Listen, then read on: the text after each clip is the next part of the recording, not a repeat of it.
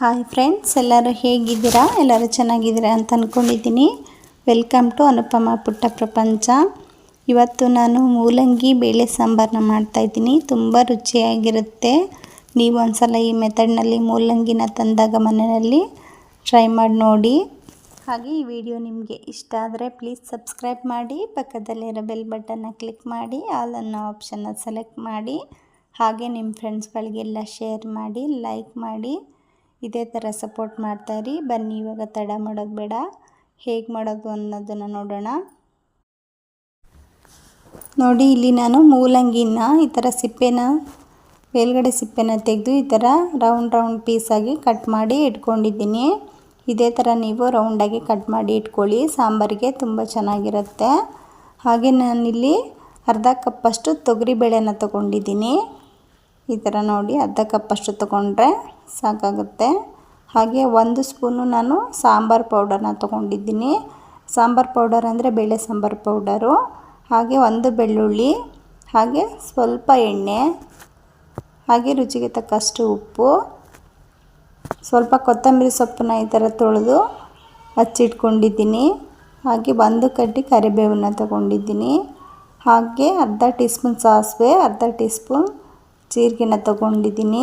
ಹಾಗೆ 1 ಕಡ್ಡಿ ಕರಿಬೇವು, 1 ಬೆಳ್ಳುಳ್ಳಿನ ಈ ಥರ ಜಜ್ಜಿ ಇಟ್ಕೊಂಡಿದ್ದೀನಿ. ಹಾಗೆ 2 ಒಣಮೆಣಸಿನ್ಕಾಯಿನ ಈ ಥರ ಮುರಿದು ಇಟ್ಕೊಂಡಿದ್ದೀನಿ.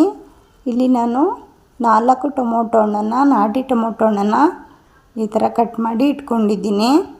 ಹಾಗೆ 2 ಈರುಳ್ಳಿನ ಈ ಥರ ಸಣ್ಣದಾಗಿ ಹಚ್ಚಿಟ್ಕೊಂಡಿದ್ದೀನಿ. ಇಷ್ಟೇ ಫ್ರೆಂಡ್ಸ್, ತುಂಬ ಬೇಗ ಮಾಡ್ಕೋಬೋದು ನಾವು ಮೂಲಂಗಿ ಸಾಂಬಾರನ್ನ. ಈಗ ಬೇಳೆನ ನಾನು ತೊಳ್ಕೊಂಡು ತೊಗೊಂಡು ಬಂದಿದ್ದೀನಿ. ಈಗ ಬೇಳೆನ ತೊಳ್ಕೊಂಡು ಅದಕ್ಕೆ ಟೊಮೊಟೊ ಹಣ್ಣನ್ನ ಹಾಕೋತಾ ಇದ್ದೀನಿ ಕುಕ್ಕರ್ಗೆ. ಹಾಗೆ ಈರುಳ್ಳಿನ ಹಾಕೋತಾ ಇದ್ದೀನಿ. ಹಾಗೆ ಕರಿಬೇವು, ಬೆಳ್ಳುಳ್ಳಿನ ಹಾಕ್ಕೊಂಡು ನೀರನ್ನು ಹಾಕ್ಕೊಳ್ಳಿ. ಈ ಥರ ಬೇಳೆ ಟೊಮೊಟೊ ಎಲ್ಲ ಮುಳುಗುವಷ್ಟು ನೀರನ್ನು ಹಾಕ್ಕೊಂಡು 1 ಸ್ಪೂನ್ ಎಣ್ಣೆನ ಹಾಕ್ಕೊಳ್ಳಿ. ಸ್ವಲ್ಪ ಅರಿಶಿನ ಹಾಕೋತಾ ಇದ್ದೀನಿ.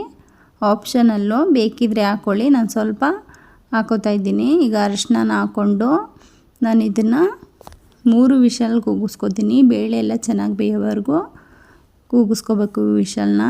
ಈಗ ಅದನ್ನು ಬೇಳೆ ಬೇಯೋದಕ್ಕೆ ಇಟ್ಟಿದ್ದೀನಿ. ಈಗ ನಾನು ಒಂದು ಕಡಾಯಿನ ತೊಗೊಂಡಿದ್ದೀನಿ. ಆ ಕಡಾಯಿಗೆ ಎಣ್ಣೆನ ಹಾಕ್ಕೊಂಡು ಎಣ್ಣೆ ಕಾದ ನಂತರ ಸಾಸಿವೆ, ಜೀರಿಗೆನ ಹಾಕ್ಕೊಳ್ಳಿ. ಹಾಗೆ ಬೆಳ್ಳುಳ್ಳಿನ ಹಾಕ್ಕೊಳ್ಳಿ, ಕರಿಬೇವು, ಒಣಮೆಣಸಿನ್ಕಾಯಿ ಎಲ್ಲ ಹಾಕ್ಕೊಂಡು ನೀಟಾಗಿ ಫ್ರೈ ಮಾಡ್ಕೊಳ್ಳಿ. ಹಾಗೆ ಈರುಳ್ಳಿನ ಹಾಕೋತಾ ಇದ್ದೀನಿ. ನಾನು ಸ್ವಲ್ಪ ಈರುಳ್ಳಿನ ಎತ್ತಿಟ್ಕೊಂಡಿದ್ದೆ. ಆ ಈರುಳ್ಳಿ ಸ್ವಲ್ಪನ ಹಾಕೋತಾ ಇದ್ದೀನಿ. ಹಾಕ್ಕೊಂಡು ಈರುಳ್ಳಿ ಎಲ್ಲ ಸ್ವಲ್ಪ ಸಾಫ್ಟ್ ಆಗೋವರೆಗೂ ನಾವು ಇದನ್ನು ಫ್ರೈ ಮಾಡ್ಕೋಬೇಕು. ನೋಡಿ, ಈರುಳ್ಳಿ ಎಲ್ಲ ಚೆನ್ನಾಗಿ ಫ್ರೈ ಆಗಿದೆ. ಈಗ ನಾನು ಕಟ್ ಮಾಡಿರೋ ಮೂಲಂಗಿನ ಹಾಕೋತಾ ಇದ್ದೀನಿ. ಈ ಥರ ಮೂಲಂಗಿ ಪೀಸಸ್ನೆಲ್ಲ ನಾವು ಹಾಕ್ಕೊಂಡು ನೀಟಾಗಿ ನಾವು ಮೀಡಿಯಮ್ ಫ್ಲೇಮಲ್ಲಿ ಮೂಲಂಗಿನ ಚೆನ್ನಾಗಿ ಫ್ರೈ ಮಾಡ್ಕೋಬೇಕು ಒಗ್ಗರಣೆನಲ್ಲಿ. ನೋಡಿ, ಈ ಥರ ಲೋ ಫ್ಲೇಮ್ ಮಾಡಬೇಡಿ, ಮೀಡಿಯಮ್ ಫ್ಲೇಮಲ್ಲಿ ಚೆನ್ನಾಗಿ ಇದನ್ನು 2 ನಿಮಿಷ ಫ್ರೈ ಮಾಡ್ಕೊಳ್ಳಿ.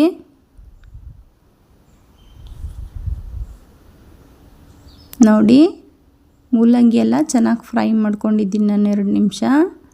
ಈಗ ಇದಕ್ಕೆ ನಾನು ಸಾಂಬಾರು ಪೌಡರ್ನ ಹಾಕೋತಾ ಇದ್ದೀನಿ. ನಾನು ಬೇಳೆ ಸಾಂಬಾರು ಪೌಡರ್ 1 ಸ್ಪೂನಷ್ಟು ತೊಗೊಂಡಿದ್ದೀನಿ. ಆ ಸಾಂಬಾರು ಪೌಡರ್ನ ಹಾಕ್ಕೊಂಡು ನಾನು ಸ್ವಲ್ಪ ಮೂಲಂಗಿ ಮುಳುಗುವಷ್ಟು ನೀರನ್ನ ಹಾಕೋತೀನಿ. ಈ ಥರ ಇಷ್ಟು ನೀರನ್ನು ಹಾಕ್ಕೊಂಡು ನಾವು ಸಾಂಬಾರು ಪೌಡರು ಹಾಗೆ ಉಪ್ಪನ್ನು ಹಾಕ್ಕೊಂಡು ನೀಟಾಗಿ ಮಿಕ್ಸ್ ಮಾಡ್ಕೋಬೇಕು. ಮಿಕ್ಸ್ ಮಾಡಿಕೊಂಡು ನಾವು ಇದನ್ನು 10 ನಿಮಿಷ ಬೇಯೋದಕ್ಕೆ ಬಿಟ್ಬಿಡೋಣ.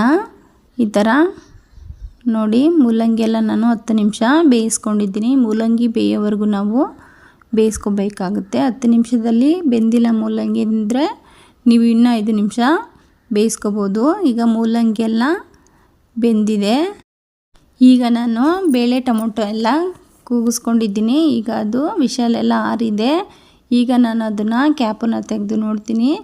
ಬೇಳೆ ಎಲ್ಲ ಚೆನ್ನಾಗಿ ಬೆಂದಿರುತ್ತೆ. ನಾವು 3 ವಿಷಲ್ನ ಕೂಗಿಸ್ಕೊಂಡ್ರೆ ಚೆನ್ನಾಗಿ ಬೇಳೆ ಎಲ್ಲ ಬೆಂದಿರುತ್ತೆ. ನೋಡಿ, ಬೆಂದಿದೆ.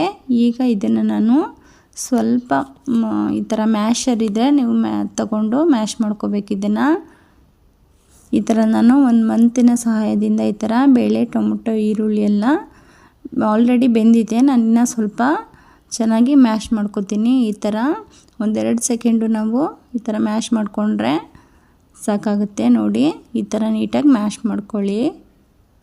ಆದಷ್ಟು ಚೆನ್ನಾಗಿ ಬೇಳೆನ ಬೇಯಿಸ್ಕೊಂಡ್ರೆ ಮ್ಯಾಶ್ ಮಾಡೋದಕ್ಕೆ ತುಂಬ ಈಸಿ ಆಗುತ್ತೆ. ಬೇಳೆ ಏನಾದರೂ ಬೆಂದಿಲ್ಲ ಅಂದರೆ ಬೇಕಾದ್ರೆ ನೀವು ಇನ್ನೂ ಒಂದು ವಿಷಲ್ ಕೂಗಿಸ್ಕೊಳ್ಳಿ, ಹಾಗೆ ಹಾಕೋಬೇಡಿ. ಬೇಳೆ ಬೆಂದಿಲ್ಲ ಅಂದರೆ ಸಾಂಬಾರು ಚೆನ್ನಾಗಿರಲ್ಲ.